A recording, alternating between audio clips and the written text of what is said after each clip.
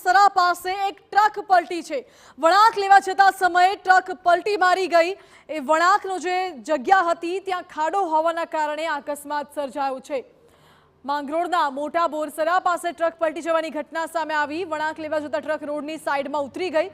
રસ્તાની બાજુમાં ખાડો હોવાથી ટાયર દટાયું હતું।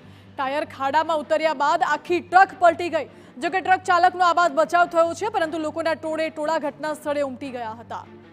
આ દ્રશ્યો જુઓ, જે આખી ટ્રક પલટી ગઈ। વળાંક લેવા જતી હતી અને એ સમયે રોડની સાઈડમાં એક મોટો ખાડો હતો, જ્યાં ટ્રકનું ટાયર ફસાઈ ગયું હતું, જેના કારણે ટ્રક પલટી મારી ગઈ। જો કે ટ્રક ચાલકનો આ બાદ બચાવ થયો છે। આસપાસના લોકો ઘટના સ્થળે દોડી આવ્યા હતા।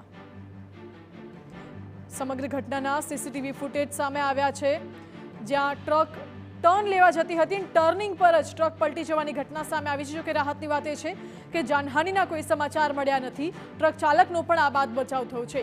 આસપાસના લોકો આ અકસ્માત સર્જાયો એટલે તરત દોડી આવ્યા હતા અને ટ્રક ચાલકને રેસ્ક્યુ કરવા માટેની શરૂઆત કરી હતી।